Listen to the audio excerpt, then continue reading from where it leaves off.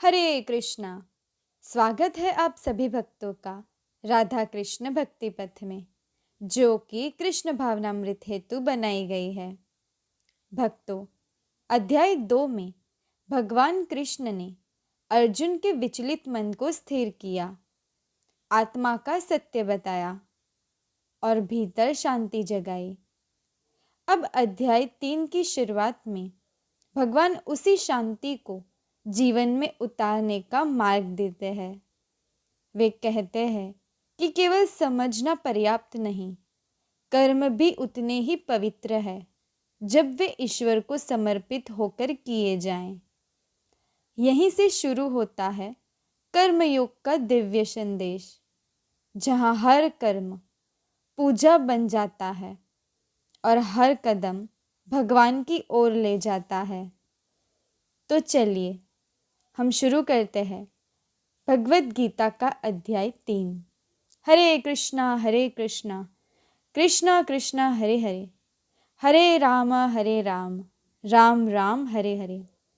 अध्याय 3 कर्मयोग।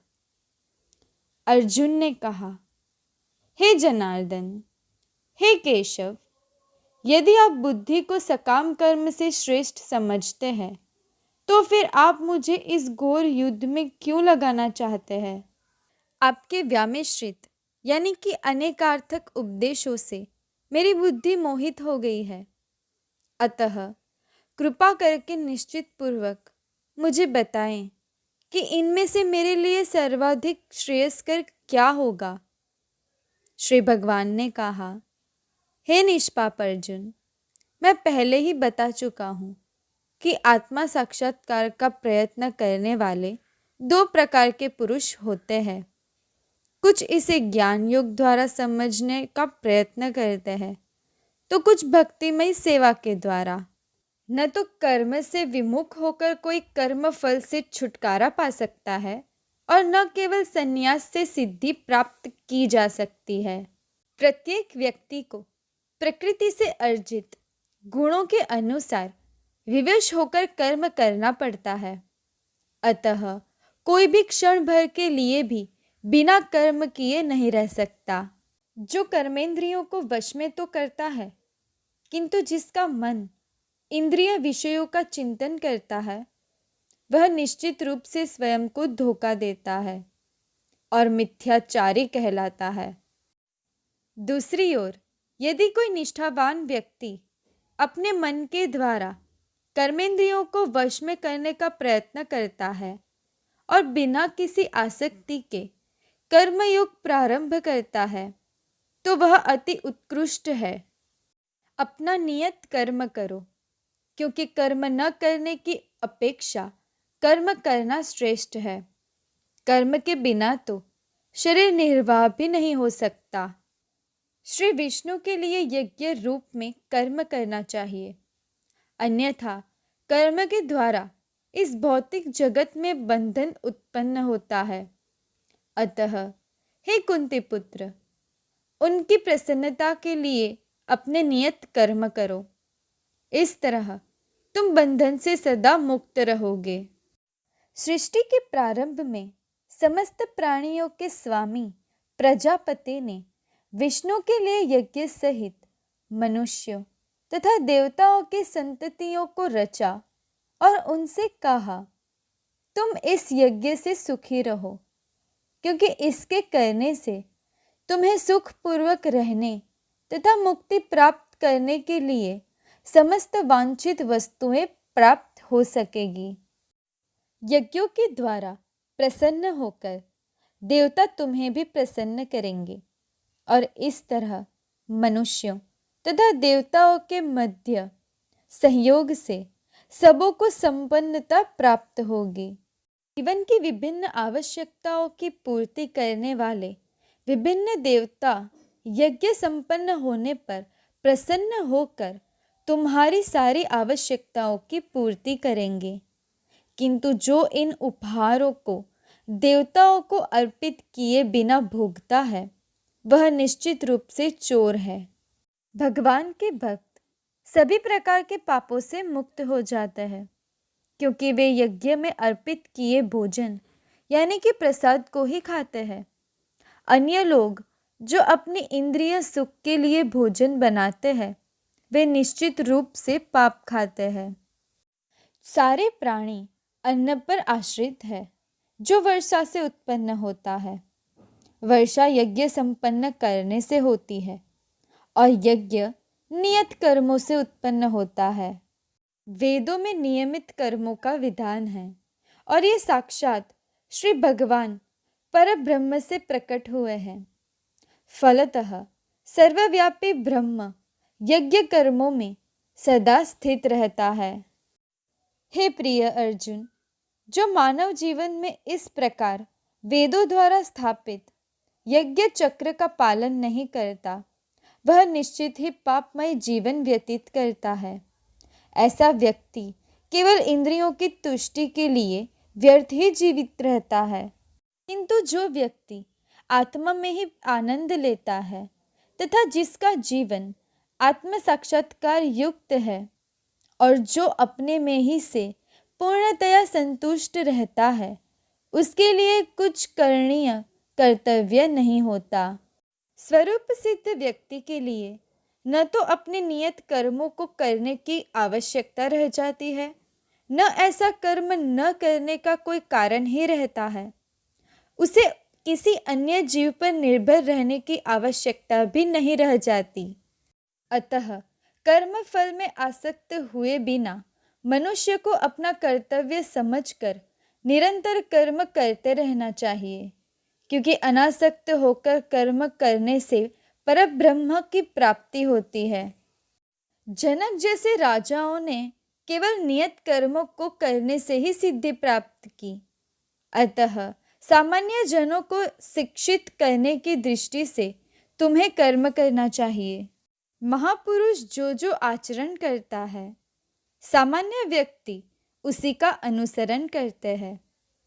वह अपने अनुसरणीय कार्यों से जो आदर्श प्रस्तुत करता है, संपूर्ण विश्व उसका अनुसरण करता है। हे पृथापुत्र, तीनों लोकों में मेरे लिए कोई भी कर्म नियत नहीं है। न मुझे किसी वस्तु का अभाव है और न आवश्यकता ही है, तो भी मैं नियत कर्म करने में तत्पर रहता हूँ। क्योंकि यदि मैं नियत कर्मों को सावधानी पूर्वक न करूं, तो हे पार्थ, यह निश्चित है कि सारे मनुष्य मेरे पथ का ही अनुगमन करेंगे। यदि मैं नियत कर्म न करूं, तो ये सारे लोग नष्ट हो जाएं। तब मैं अवांछित जन समुदाय वर्ण संकर को उत्पन्न करने का कारण हो जाऊंगा और इस तरह संपूर्ण प्राणियों की शांति का विनाशक बनूंगा। जिस प्रकार अज्ञानी जन फल की आसक्ति से कार्य करते हैं, उसी तरह विद्वान जनों को चाहिए कि वे लोगों को उचित पथ पर ले जाने के लिए अनासक्त रहकर कार्य करें। विद्वान व्यक्ति को चाहिए कि वह सकाम कर्मों में आसक्त अज्ञानी पुरुषों को कर्म करने से रोके नहीं, ताकि उनके मन विचलित न हो, अपितु भक्ति भाव से कर्म करते हुए वह उन्हें भी सभी प्रकार के कार्यों में लगाएं। जीवात्मा अहंकार के प्रभाव से मोहग्रस्त होकर अपने आप को समस्त कर्मों का कर्ता मान बैठता है, जबकि वास्तव में वे प्रकृति के 3 गुणों द्वारा संपन्न किए जाते हैं।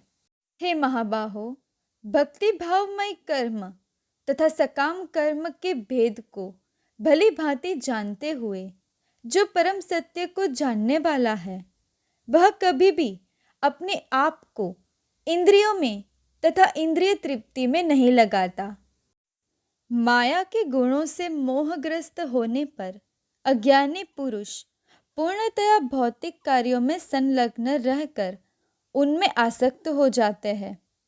यद्यपि उनके ये कार्य उनमें अज्ञान भाव के कारण अधम होते हैं, किंतु ज्ञानी को चाहिए कि उन्हें विचलित न करे।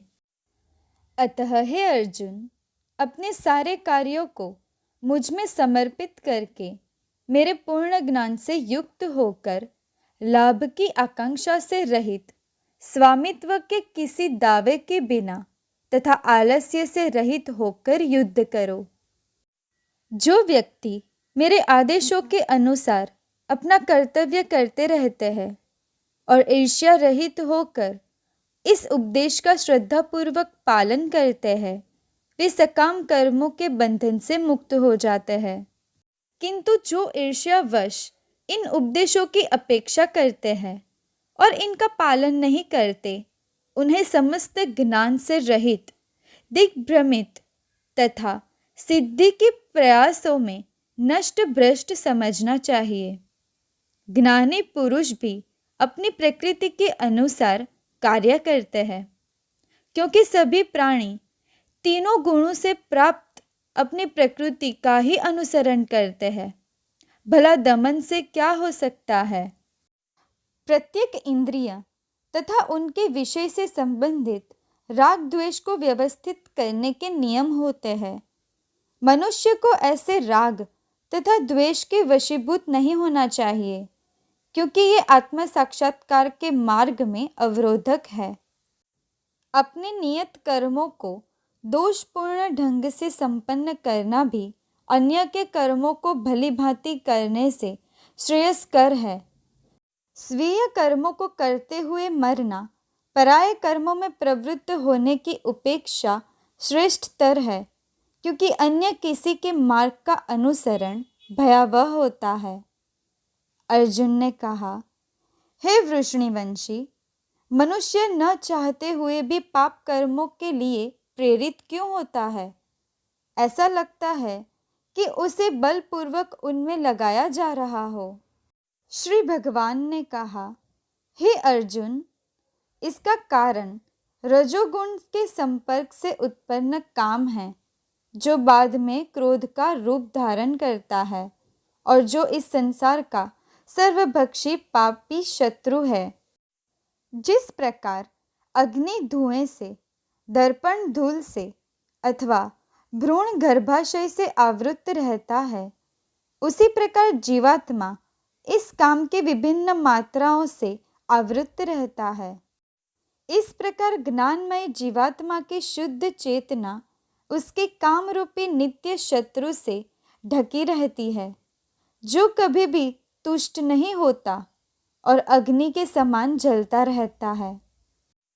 इंद्रियां, मन तथा बुद्धि इस काम के निवास स्थान है। इनके द्वारा यह काम जीवात्मा के वास्तविक ज्ञान को ढक कर उसे मोहित कर लेता है।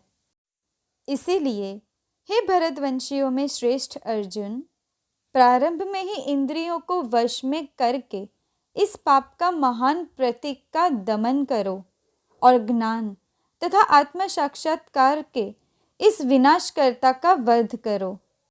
कर्मेंद्रियां जड़ पदार्थ की अपेक्षा श्रेष्ठ है। मन इंद्रियों से बढ़कर है, बुद्धि मन से भी उच्च है और वह आत्मा बुद्धि से भी बढ़कर है। इस प्रकार हे महाबाहु अर्जुन, अपने आप को भौतिक इंद्रियों, मन तथा बुद्धि से परे जानकर और मन को सावधान आध्यात्मिक बुद्धि से स्थिर करके आध्यात्मिक शक्ति द्वारा इस काम रूपी दुर्जय शत्रु को जीतो। भक्तों, यहाँ हमारा अध्याय 3 समाप्त हुआ। अध्याय 3 हमें सिखाता है कि ज्ञान मन को दिशा देता है, लेकिन कर्म जीवन को गति देता है। जब ये दोनों ही ईश्वर को समर्पित हो, तभी सच्चा योग जन्म लेता है। भगवान श्री कृष्ण सिखाते हैं कि फल की चिंता छोड़कर किया गया हर कर्म आत्मा को भीतर की शांति और ऊंचे उद्देश्य से जोड़ता है। यदि आपको यह वीडियो उपयोगी लगी हो तो वीडियो को लाइक करें, अन्य भक्तों के साथ शेयर करें और चैनल को सब्सक्राइब करें। हरे कृष्णा।